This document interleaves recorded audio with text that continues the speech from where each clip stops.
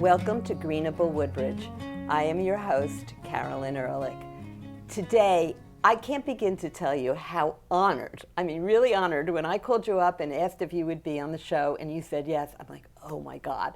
So with us today is State Senator Bob Smith, who is the chair of the Environment and Energy Committee in the Senate.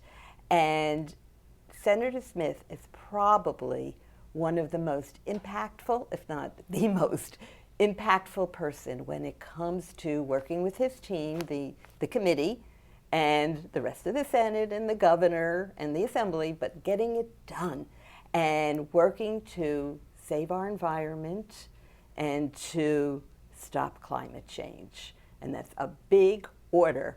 And so when I looked over the list, I actually went on the website to see what your committee has worked on, and the list just I had to keep rolling and rolling and rolling. It's so long, you do so much.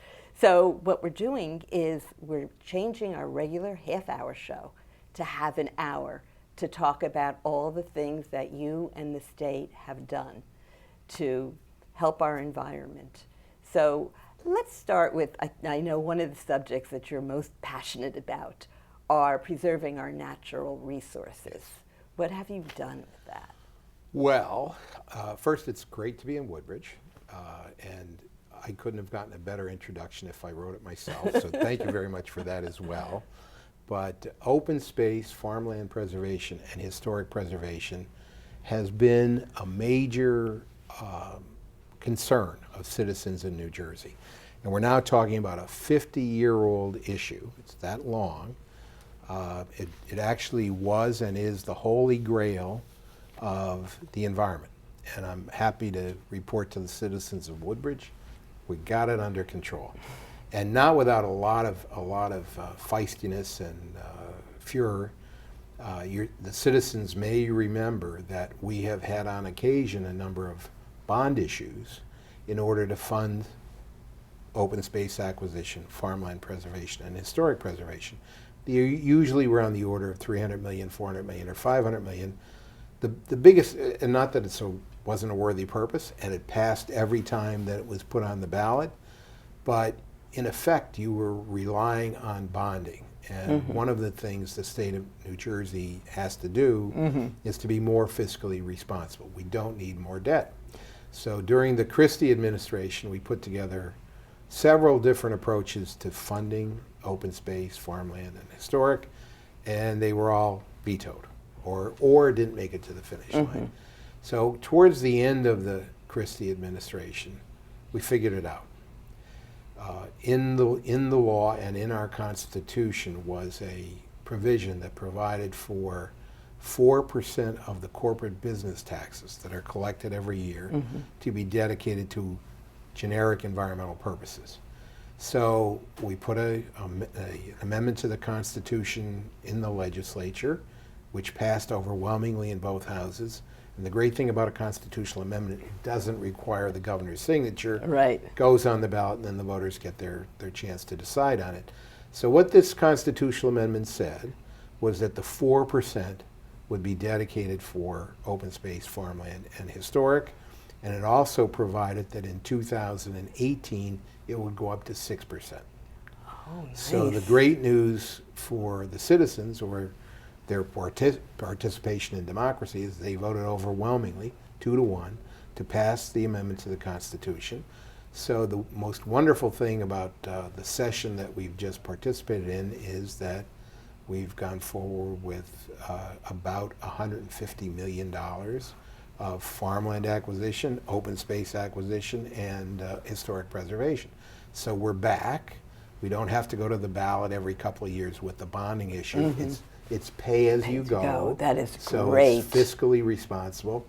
And now, depending on, if you're a farmer or if you have space that you think should be preserved forever, or you have historic sites like Woodbridge has, you now have a source of funding, and every year there'll be $150 million going into that fund forever, unless the Constitution gets changed again.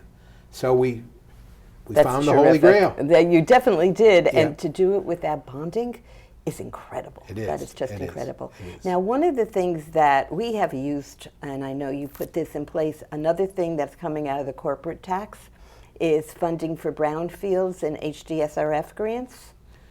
No, No, I'm wrong. you're wrong, but it's okay. Okay. What we're doing that, it's funding that in other ways. See, part of the problem with that 4%, that the original way, went to 100 different purposes. And it was underfunding them. So brownfields development and HDRF, which for the listeners is a way to help fund a municipality or even private parties cleaning up sites, is now being funded in another way. And it needs to be funded even better, all right? But we have it in a different program. I think what you may be thinking about is the absolutely revolutionary paradigm that we have in New Jersey for cleaning up contaminated sites, which is the Site Remediation Reform Act. That is what I'm thinking of. SARA. Yes. It's called yes. SARA in a nutshell. And I would love to say that we were the brilliant people that figured it out, but we weren't. We looked at Massachusetts, and Massachusetts in 1991 set up a whole new approach to cleaning up hazardous sites. And their new approach was certifying, licensing some super professional experts to take control of hazardous waste sites. And what they would do is they would evaluate the site. They would put together what's called a remedial action work plan, which is how are you going to clean it up. They would supervise the cleanup, and at the end of the cleanup, they would come to a determination that it was clean, and they would issue what's called a RAO, a remedial action outcome. The role of the Department of Environmental Protection radically changed.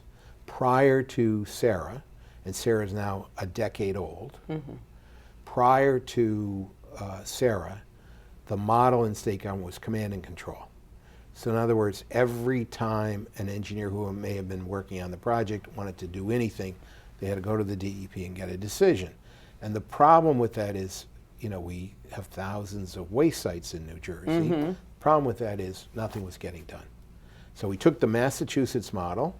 We now have had it in place for 10 years in New Jersey, and we've cleaned up more than 14,000 sites in the state.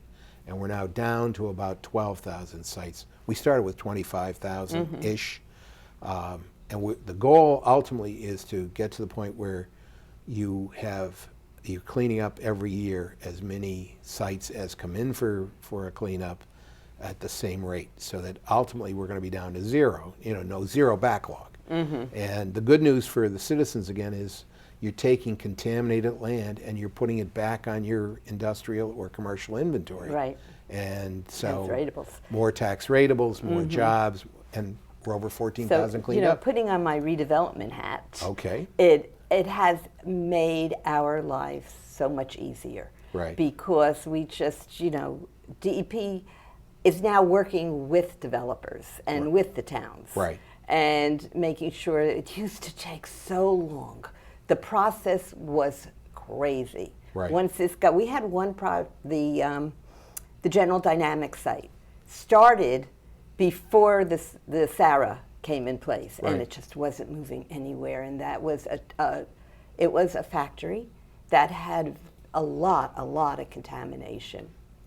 Once we got the LSRP, it started to move, and we now have that's where our Performing Arts Center is. Fabulous. That's where 500 apartments, Transit Village, right on the train. And that is all because of the work that you've done. And I think that is our best example of a brownfields redevelopment. I totally agree. It has changed the world. It Right. really has. One of the things for your listeners, because we're using the term back and forth Right. easily, is the word or the abbreviation LSRP. That stands for Licensed Site Remediation Professional, LSRP. And the way in which, there's only 600 in the state of New Jersey. The way you get to be an LSRP, you have to demonstrate years of experience and knowledge with regard to whatever the contamination problem is. You then have to take a test, and you are monitored by what's called the LSRP Professional Board Yes. to make sure you behave yourself. And the good news, in these 10 years and the 14,000 sites, I think only on 2 occasions have they had to reprimand the professional.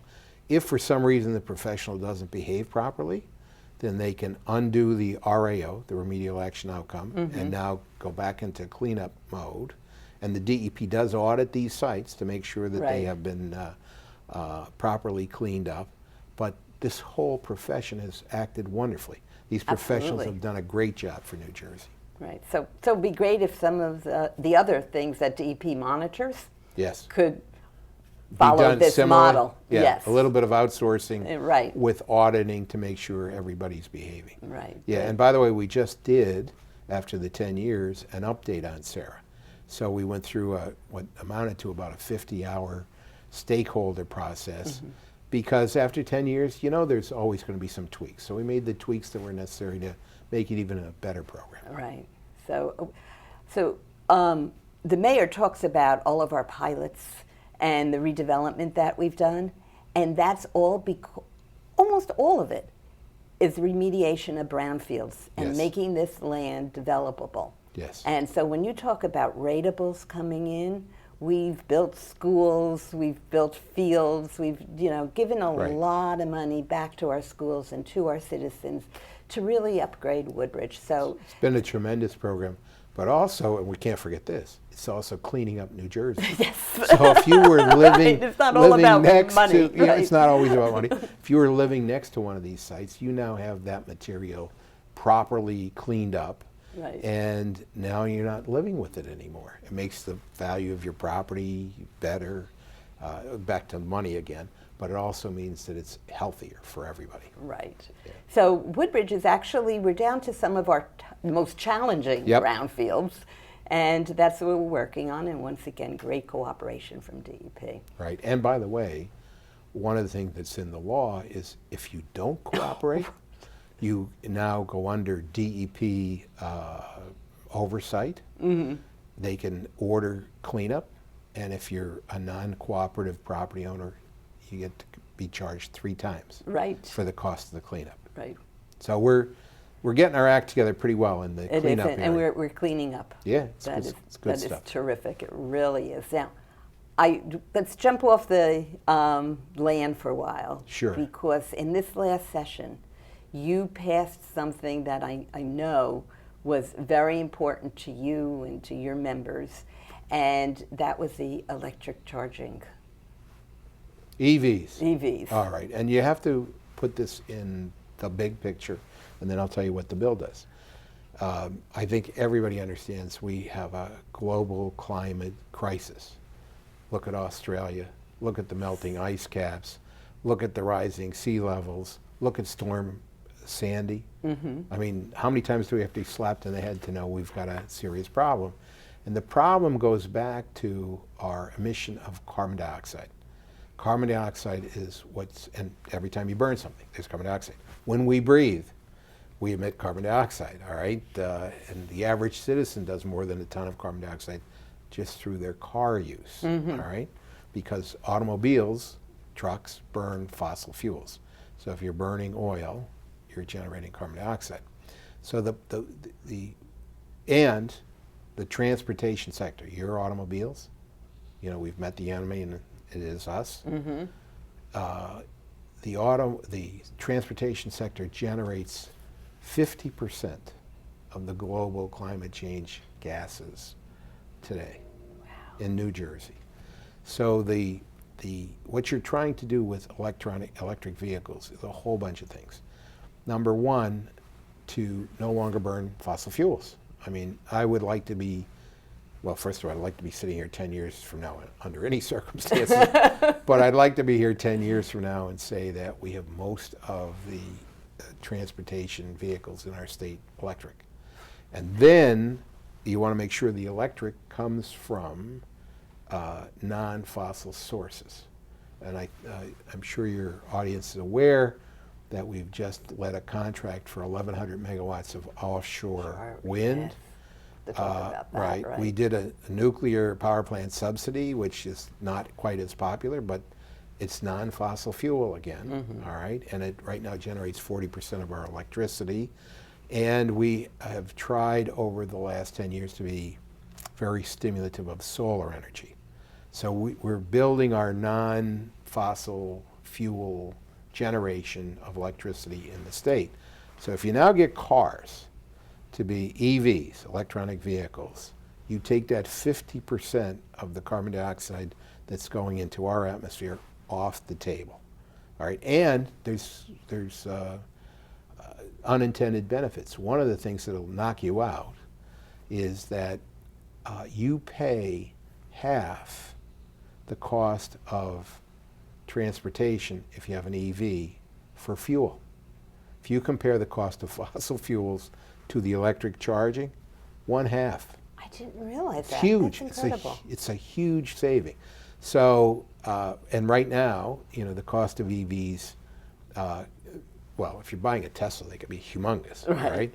But you look at the Chevy Volt and some of the other available products, and they're more in the 30,000 range, which is starting to get in the range of what we normally pay for automobiles. Right. So what does the EV bill do after all this? And the answer is it provides a subsidy.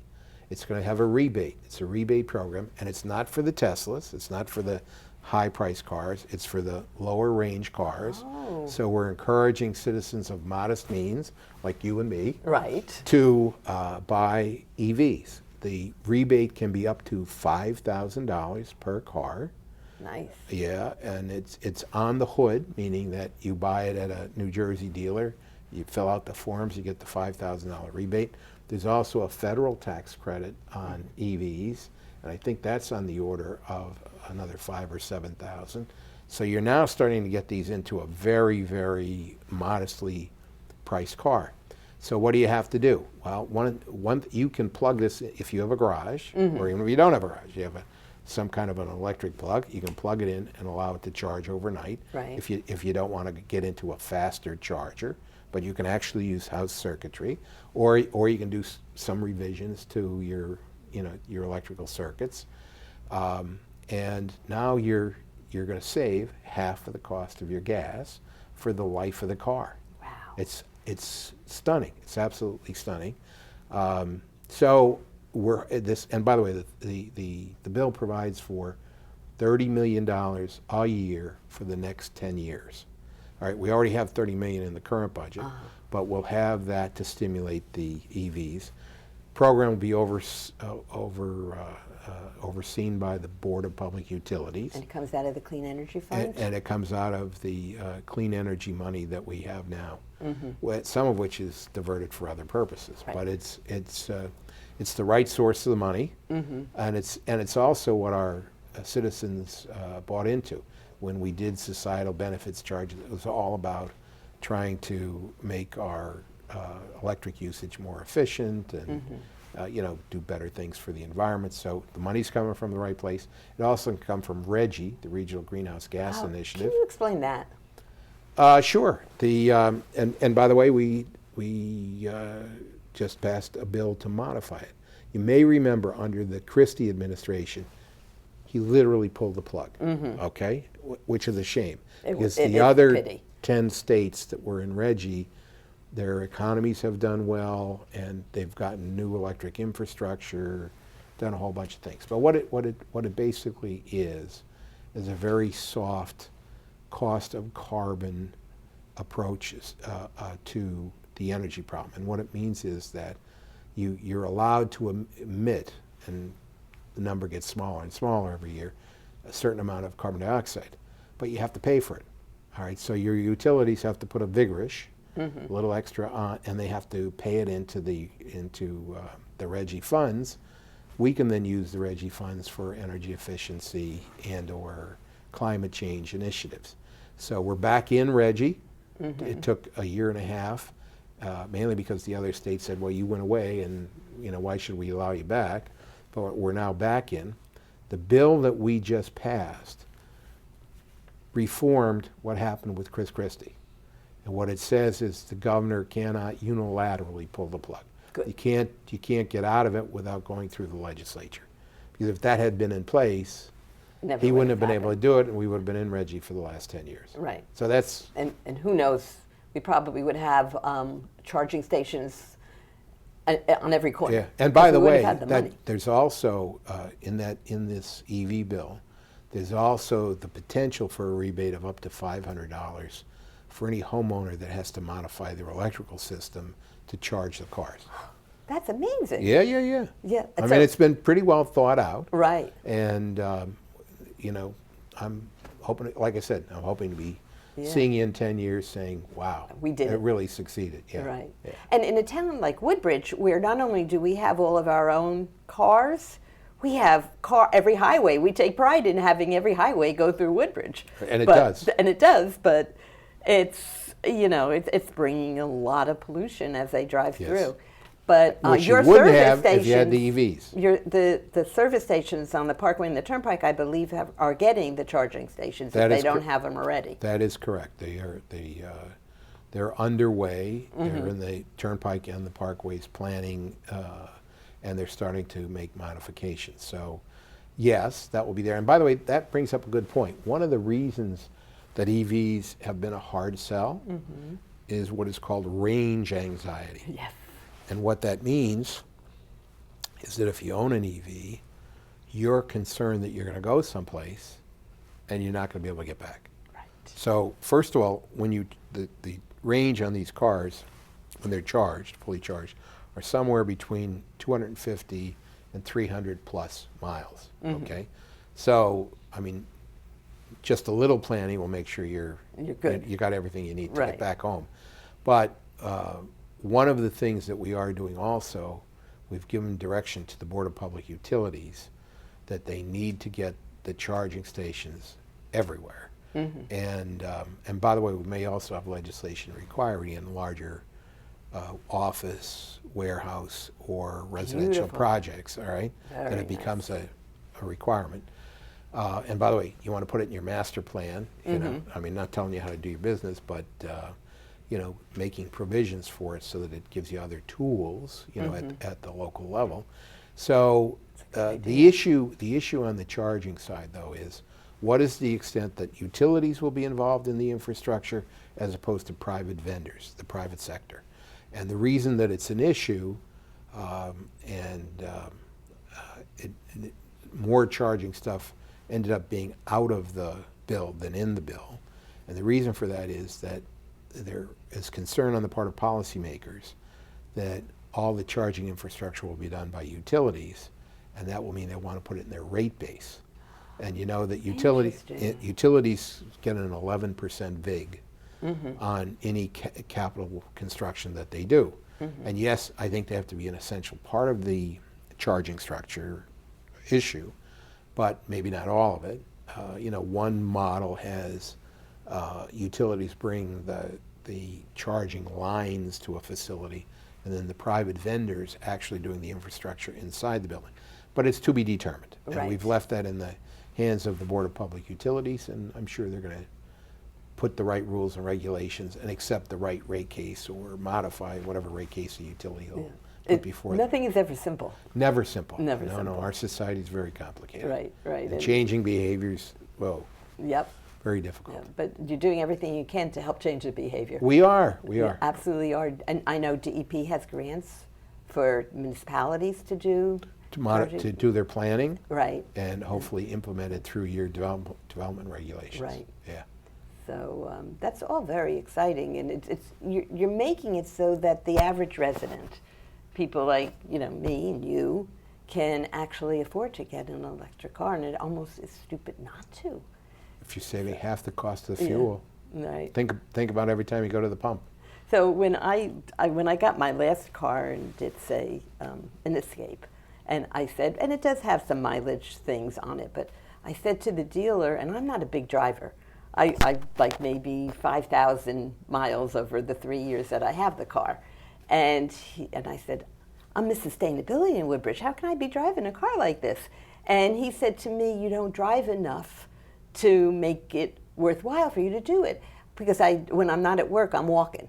But now you're explaining to me that it doesn't matter whether you have a lot of mileage or not.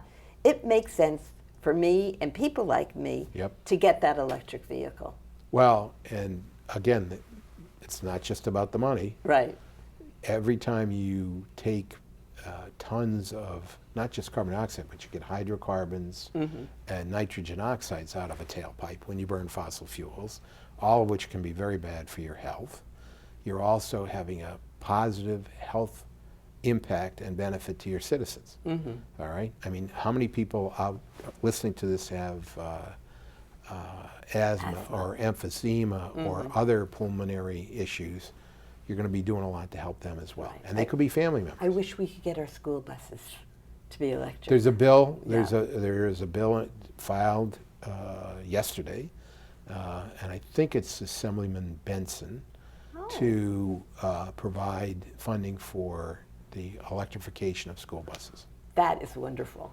Well, I hope that if it happens. If it happens, all right, I know remember, it's a we're long always process. money challenged in New Yes. Jersey, but it's a great idea. It's a good introduction. It Yeah, certainly is. And, you know, sometimes, and we'll talk about this after our break, but sometimes things don't pass the first time around, and you got to go back and do it a second time. Whoa. And we'll cover that topic after we take a very short break, and we'll be back in a few minutes. Thank you.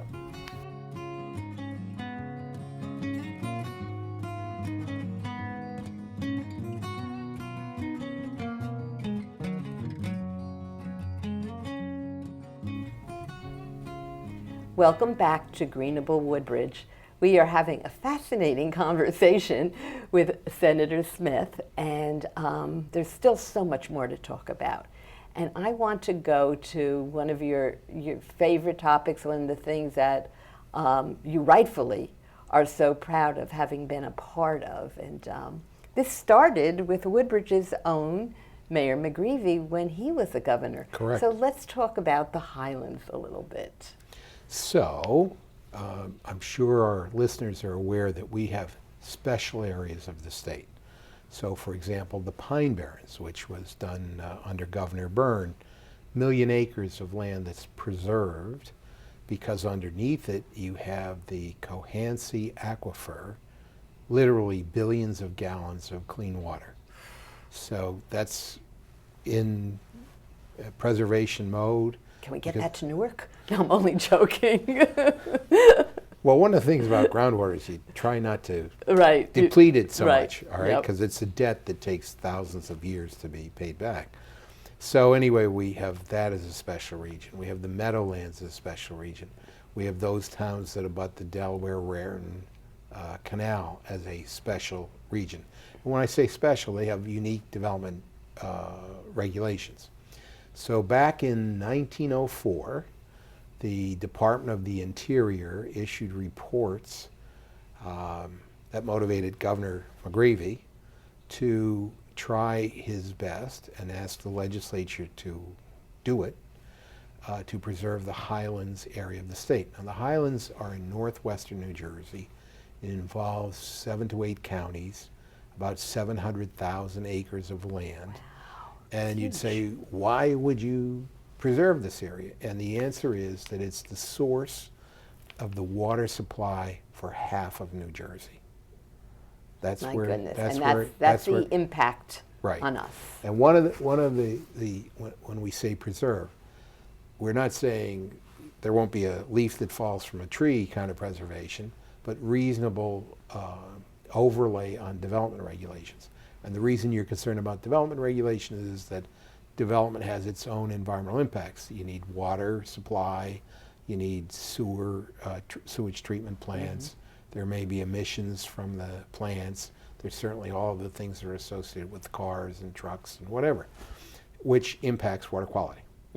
So we underwent a 9-month process where the law was developed and where public hearings were held. And the law that resulted is a very, very reasonable law, in my opinion. Some of the things that it says is that if you own an undeveloped lot and you want to build a house, you can build a house. If you have an existing commercial or industrial facility and you want to expand it, you can expand it up to 125% of its footprint, all right? But after that, you're kind of limited on what you can do. And so when we passed the law, It was a huge number of hearings, and some of them got pretty intense. I can imagine. Right? I mean, I can remember one at Voorhees High School where the parking lot was filled with tractors, where the state police had to be there along with the German Shepherds, the assault rifles. And even though this auditorium held 400 or 500 people, the state police had it regulated so that people could go in when other people left, because you were already at the capacity, the 500-person capacity. The issue was, are you taking away people's property rights and not compensating them? And the answer to that is, no, we weren't. At least that's my opinion of it. But there was a legitimate issue over the years, and that is if a property owner wants to sell his or her development rights or sell the land for open space, the money, show me the money. Right. And I've been explaining in the earlier portion of this segment that we didn't have an awful lot of money. The open space money had dried up, and we didn't get a lot of cooperation from then Governor Christie. So the good news is that we now have that solved. There's $150 million a year forever coming in for open space, farmland, and historic preservation. So the one issue ties into the other. Right. All right. So now we have the money, and the way in which you get treated fairly is that you are going to be, if you want to sell your land or your development rights, you can sell them as though they were valued with whatever zoning they had at the time of the Act's passage. And there's a dual appraisal method to make sure that, there's cross checks about what the valuation should be. And as a result, an awful lot of property in the Highlands has been preserved. A lot of those forests, source of drinking water again, a lot of the open space. And I think the Act has worked well, with the only exception being that period when we didn't have the open space money that we should have had. Right. So now if you, I believe your water supply in Woodbridge comes from, I'm not sure. Maybe actually. Elizabeth. It's Middlesex water. Middlesex water. All right, Middlesex water, I think, gets its water out of the Delaware-Raritan Canal. I think you may be right. And I think the Delaware-Raritan Canal has Highlands water in it. All right, so the moral in this story is this was a very good thing for all of New Jersey and for their drinking water supply. You look at the news clips from around the United States or around the world, water supply is getting worse and worse and worse. Right. So this was a major thing that we did in New Jersey, to have a clean water supply and an adequate water supply for a good number of years to come. Which is not to say we don't need to do more with water, like our problem with the lead in pipes and saltwater intrusion. But they're really, I brought it up, but it's two different issues. Yeah. One is preserving the source of the water. Absolutely. And the other is investing in the infrastructure. Correct. Which is all Which very is a problem we old. haven't solved yet. Right. All right, we have to get on that. But the preservation part of it, we're in pretty good shape. And by the way, another little tangent on the open space, we passed laws that gave direction to the open space preservation and the farmland preservation. What it says is the top priority is the acquisition of land around water supplies. So it gets an extra push. And also to get property that's in danger of flooding out of private hands and into public hands. And that's something that Woodbridge took advantage of, because we have a lot of Blue Acres properties. Right. And it's really been fantastic. People who could no longer live in their homes because they were constantly being flooded and their last straw was Sandy. Right. And, and they got the value in their home. And now we're working with Rutgers and DEP.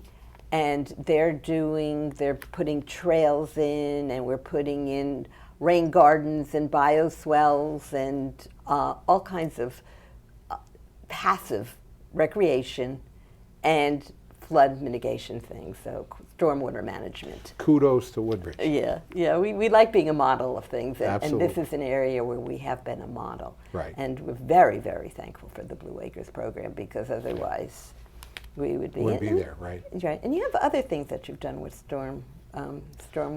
Yep. The big picture again. In 1972, Richard Nixon was president of the United States. The Congress of the United States passed the Water Pollution Control Act amendments of 1972. And what the law said was that the waters of the United States of America will be swimmable and fishable by 1983. All right, so our waters are not all swimmable and fishable. Oh, no. But a number of really good things happen. So, for example, when you're talking about industrial waste, and I'll apply it to New Jersey, we have what's called the NJPTES program, the New Jersey Pollution Discharge Elimination System. So from the early 70s, by the way, when we formed our own DEP, we've had laws that have constricted industrial pipes. And what I mean by constricted, it's not that they get smaller, but what can be in their effluents, in the waste stream coming out, has to be less and less. In many cases, the companies had to put in their own package treatment plants, and they ultimately had to make sure all of it went to the sewer authority, in this case the Middlesex County Sewer Authority, Right. and that it had the technology to treat whatever their waste was, or they had to remove it from the source. So we've gotten industrial waste under control. All right. Then domestic waste, and most people don't think much about it, but when you flush your toilet, Right. it doesn't go to heaven. Right. All right. It goes into a sewer, and that sewer ultimately and in the case of Woodbridge and the other towns in Middlesex County, goes to the Middlesex County Sewage Authority, where it receives primary and secondary treatment, and in some advanced treatment as well. But what happened again from the early 70s is we upgraded our sewerage infrastructure and our sewerage treatment. And the proof of that is our New Jersey beaches and ocean. We occasionally close one down, but it's usually because there's been a storm event where sewage may have either waste from animals got washed into the beach, or a sewage treatment plant had to be circumvented because it didn't have the capacity. But very few, and the only reason we have them is because New Jersey has stronger reporting laws than the other states on the coast, all right? So we're honest about it. But also, too, think back to the 1980s when we had our beaches covered with medical waste. Oh, yes. And, a whole bunch of things are just almost unmentionable. Right. So part of that follow-through from the 72 amendments and the water pollution laws we passed in New Jersey, and the $7 billion investment that we did in the 1980s to upgrade our sewerage infrastructure, is a beach and oceans where you get dolphins. And now we worry about whales being beached. Right. And we have terrific fishing and just nice beaches. But that also applies inland to your waterways. We've now gotten all that crap out of the water. It's not going to your local stream, whatever. So we've made tremendous progress on sanitary waste, Right. stuff coming out.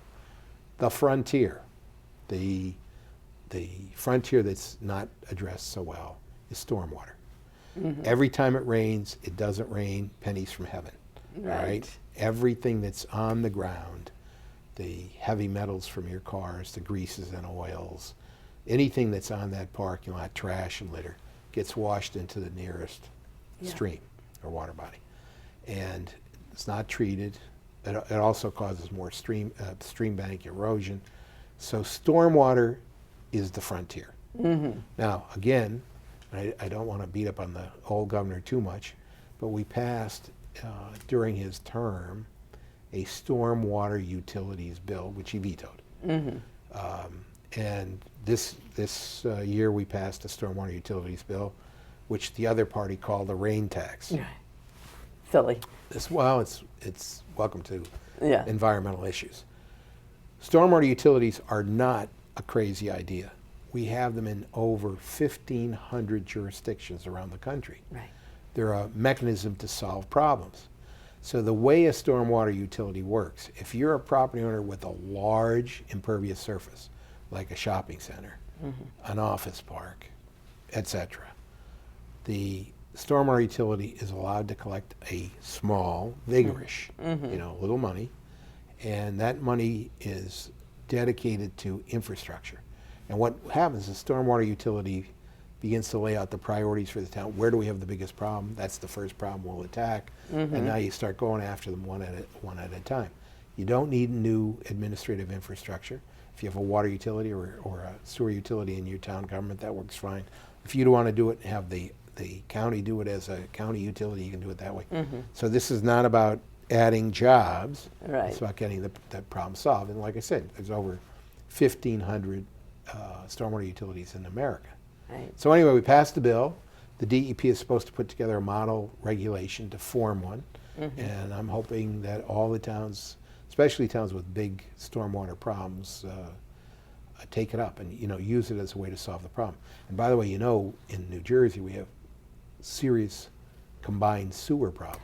Yes. So this could be a way to deal with the combined sewers. Right. Combined sewers are sanitary sewers and stormwater sewers mixed together. Yeah. In the 1930s, we thought it was a great 2-for-1 special. In the Didn't work out. 2020s, we're saying, Right. oh my God. What were are we thinking? Right. And that's why I said before, when it rains, a lot of these combined sewers get overwhelmed, and now we get human fecal matter in the water, potential for disease, etc. But you now have a mechanism to solve it if you want to do it. Right. But so back, gosh, it must be probably about 10 years ago when John first became mayor. Right. We went to Philadelphia because they were back then doing amazing Yes. things with charging the fee. Right. And putting it towards stormwater management. Right. And they have great infrastructures, great regulations, great rules.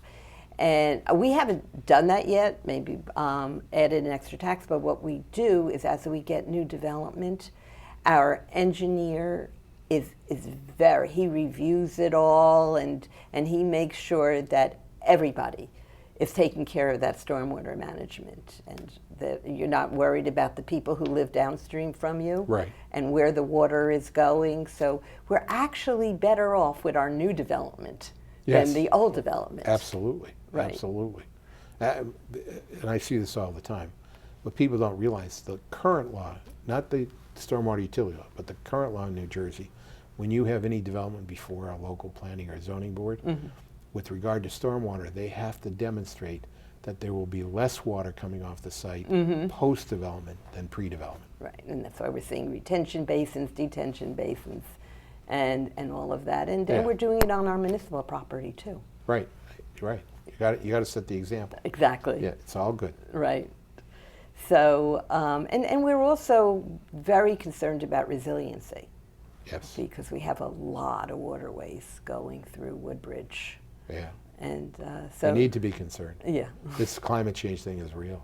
yeah, it's crazy. It's Yeah. crazy. So let's switch gears a little bit Sure. and talk a little bit about recycling, which is something, people in Woodbridge, as throughout the state, I'm pretty sure, have gotten now to separating and doing all that. So I don't think that's where the problems are. That's not the problem. That's not the problem, so. All right, so I'll again, historic perspective. Right. The argument in the legislature 30 years ago, everybody knew we had to deal with our waste problem. So there were two approaches. The one approach was what was called the bottle bill, where there would be a deposit on aluminum cans and on plastic bottles or glass bottles. And the other approach was mandatory recycling by a municipality, where they could pick any three materials and then recycle them. All right. So, and the fellow who was behind it was a guy named Art Albon, who we used to call Dr. No. He was an assemblyman.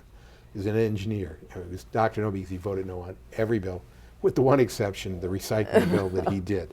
So the recycling bill, the decision was made that it was better to go to the mandatory recycling at the local level, and that's what won the day. That's what passed.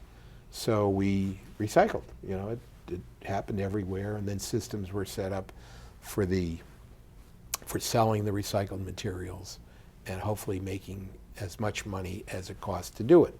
And for years, actually for decades, that worked until the the Christie Whitman administration, who is a former EPA administrator. But anyway, in her administration, she allowed the recycling tax to lapse. Mm-hmm. And that money had been used to provide grants to municipalities based on their tonnage, the tonnage of recycled materials. Mm-hmm. And what the towns usually did with that was to hire recycling coordinators, would go to the schools or go to the industries and mm-hmm. pitch recycling and get everybody doing the right thing. So after the recycling quote tax, and it was a fee on the garbage trucks as they brought in a full load of waste. All right. After it lapsed, the rate of recycling in New Jersey dropped. Okay. Mm-hmm. So, and that went on for a couple of years. So I sponsored what was called the Recycling Enhancement Act. The Recycling Enhancement Act brought back the fee on garbage to support recycling. So we passed that. There's new revenues. Recycling rate goes up because you now have people reminding people of how important this is. So that's like one stage of it. Then the next problem is we're doing nothing in the state of New Jersey with regard to electronic waste. And the problem with electronic waste, it's not one of the three mm-hmm. materials, no. All right, is that it has heavy metals, some really, for lack of a better word, snarky stuff. I mm-hmm. mean, it's not good to have in the environment. So we then set up an electronic waste management program. And the arguments there were, do you have an advanced recovery fee or do you have the industries pay for it? So the industry said, we don't want an advanced recovery fee, we want to pay for it. So they then set up funds, a trust fund with the DEP. A couple of years later, they started to underfund it. So we had to go back and rewrite the legislation and put some really mm-hmm. sharp teeth in it to make sure. And now the electronic waste is working out. So now the problem is China. Yes. There's no place everything to send changes. It. Yep. All right. China 2 years ago passed a law and said we're not taking your crapola anymore. And what they had been taking, in addition to everything else, was the plastic waste that was already contaminated with food. Mm-hmm. And everybody bought into it. Not our problem. We're sending it to China, and they're doing whatever they're doing with it. Well, China figured out they don't want this stuff either. Right. And now put up the green wall, as we call it here. Yeah, the green wall. And now the problem is that there's nothing responsible being done with the plastic waste. It's going into landfills, all right, which is the wrong place. Plastics mm-hmm. are a problem. We should talk about that next. Mm-hmm. But they're going into landfills, and now this is a significant cost item in your municipal budget. Mm-hmm. Instead of recycling working where it was at least covering its costs or close to it, you now have a big number. A big number. Because you have to send it to a landfill, which is absolutely the wrong way in which to handle it. And even the people who will take our recyclables charge so much more yep. than they used to charge for it. So yep. that part of our budget has gone up significantly. No question about it. And yep. by the way, it's not the environmentally responsible thing to do. Right. All right. But we're paying more to send the plastics and the paper to a recycler than we would if we sent it to the landfill. Yep. But we won't send it to the landfill until that delta becomes so huge that it's irresponsible for us not to. But right now we feel it's irresponsible for us to send it to the landfill. So a couple of things we're doing to try and solve that. We just passed a new recycling council, which will be made up of all the smarties in the industry, and their job is to find new markets. Oh, because great. what incentivizes recycling is there's something to do with it. Right. All right. So we're going to get a new council to do that and work to find the new markets. The other thing we're going to do in this session that we just started, I'm going to have a bill that's going to mandate recycling content, recycled material content for paper products and even for plastic products, because there'll be some that are not they're not the plastic bags, which is the next thing we should talk about. Right. But there are other plastic products where if you had a mandated recycled plastic content, you would be taking plastics out of the waste stream. Right. So we're trying to deal with it, but what I'm saying to all the listeners is recycling has gotten unbelievably complicated since China decided not to take it anymore. Right. And I love your idea of creating our own markets. Yeah. And, if we could, I've often wondered, why can't we get a paper mill here that would take our used newspapers and recycle them? And you've now reminded me of the third thing that we're doing, which is, you may be aware of the controversy between the governor and Senator Sweeney about the tax incentive program. So in the new legislation, I've asked that they put a special provision in for tax incentives to attract recycling industries into the state. Wow, So that is great. Well, If it works. If it works. If it works, and If it it goes works. through, that would be But great. we're seriously thinking about the problem. And by the way, anybody has any good ideas in Woodbridge, I'm only in Piscataway. Give me a call. Well, let me give you a plug here, because you have always been a friend of Woodbridge's. And I often joke that we're the only place that has 2 senators, because we have Joe Vitale, who we love, Wonderful. and he's phenomenal. And when it's health and local things, we go to him. But how often do I pick up the phone and say, Senator, I'd say can it's you one help a us?" week, at least one a week. Not that bad. But you're terrific. Well, thanks. And yeah, We got to make sure we play this in my district, please. Definitely. Right. But no, so now you made me lose where we were. Plastic bags. Plastic bags. So again, we need to put things in historic and environmental perspective. China's not taking it. Right. And even if they were, was that really the best way to do it? But when people think of the plastics problem, they think about these 2 continents of plastic, one in the Pacific Ocean and one in the Sargasso Sea in the Atlantic Ocean. That's only part of the problem. We held hearings in Toms River. We had scientists from NJIT, Rutgers, and Princeton. And what they said is, you're missing one of the bigger parts of the problem. And we said, what's that? And the answer is microplastics. What happens when these plastic bags or any plastic material gets into a waterway, it starts to break down. And it doesn't recycle into the environment. It breaks down into smaller and smaller pieces. And it ultimately becomes micro plastics, microparticles. Gets in the fish. And we've had studies of both the Raritan River and the Passaic River, and any freshwater fish that's in either of those 2 rivers has piles of particles, plastic particles. Oh. You eat fish, and by the way, same thing for the ocean. In the ocean, they've actually done studies on the benthic meaning that it's off the continental shelf, it's down 2 or 3 miles, all right? They've done the benthic organisms, and they're loaded with plastics. Oh my gosh. They've done air studies in the Alps, plastic particles in the air in the Alps. I mean, they're literally everywhere. And they bring into your body organic chemicals that attach to them, some of which are suspected to be carcinogens. So while you think of the plastics problem as the 2 continents of plastic, it's killing you.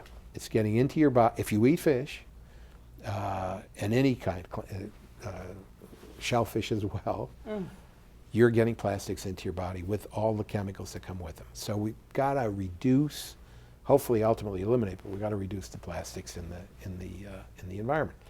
So one of the biggest sources everywhere are your single-use plastic bags in a supermarket, okay? And there's no need for it. No. No need for it. We need to use our reusable bags, all right? I was thrilled.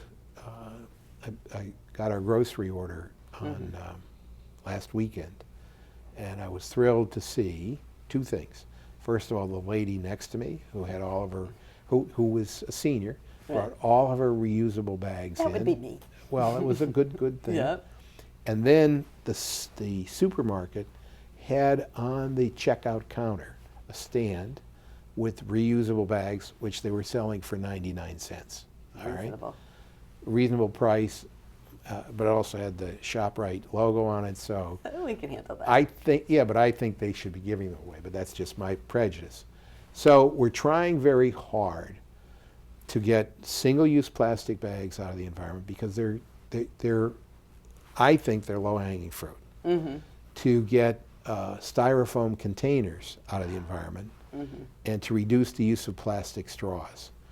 So we passed a bill in the Senate. It has not passed in the Assembly or signed by the governor, obviously, because he didn't have it on his desk. But the bill that we passed in this last session provided for 2 years for single-use plastic bags to be gone, 2 years for styrofoam containers to be gone, and 2 years for a new way in which plastic straws are done, which is they'll only be available on request in a restaurant. Uh-huh. And that's for the disabled community. Right. And I, for one of my children's Hanukkah presents, I gave them reusable straws. Outstanding. Yeah. Outstanding. And an awful lot of the bars and restaurants are Right, also yeah. either using stainless steel straws or paper straws, and kudos to them. But this stuff is killing us. Right. We've got to pass. Absolutely. We've got Gotta to do it. start getting it out of the environment. So you're going to try again in the next session. We've already filed the bill. Great. Terrific. All right. So, And Senator Sweeney tells me we're going to post it quick. good. All right. That's great. Yeah. And we'll get the Assembly to take care of it and Absolutely. the governor. So Yeah. that would be really good. That would be wonderful. So it's amazing, but we're running out of time. Oh, how did that happen? I knew you could talk for like at least an hour, maybe two, but because you're just doing so much. But Well, thank you. to conclude this, is there any final knowledge, words, wisdom that you'd like to share? Yeah. The biggest existential threat to New Jersey and to the world is global climate change. So one of the more significant things that we're going to try and do is to amend our Constitution to say, as our fossil fuel plants are about to be aged out, that they can't be replaced with fossil fuel plants, that the generation has to be renewable energy. And that can be solar, wind, nuclear, whatever, energy efficiency, a whole bunch of things. But we've got to get rid of our fossil fuel plants. And I'm not trying to drive people crazy or say we want higher costs, but Woodbridge has a lot of water issues. While you think you have issues now, if this stuff keeps on continuing, it's going to be unbelievable. Right. So we're going to try and change the Constitution again. Sounds That's our big effort for the coming session. great. Well, I thank you so much. And well, maybe we should do this at the end of every session. Why not? And see, Why how not? much progress you were able to make. Thank you. With the environment. So thank you for your leading Right. this cause. I appreciate it. And I appreciate all the work you do. Thank you so much. Thank you for being here. And thank you for watching Greenable Woodbridge and being part of the excitement and part of the change.